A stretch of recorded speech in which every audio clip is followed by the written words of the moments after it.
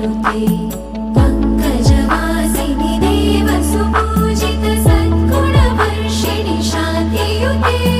जय जय हे मधुसूदन कामिनि आदिलक्ष्मि जय पालय माम्